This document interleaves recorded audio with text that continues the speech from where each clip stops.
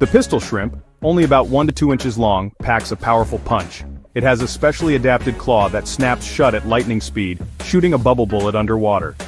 This creates a cavitation bubble that travels at over 60 miles per hour. When it collapses, it releases a shockwave loud enough to stun or kill small fish and crustaceans.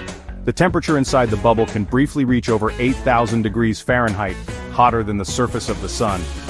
The snap is so intense it even creates a flash of light. Despite its size, the pistol shrimp is one of nature's most deadly little weapons, turning sound and pressure into a survival tool.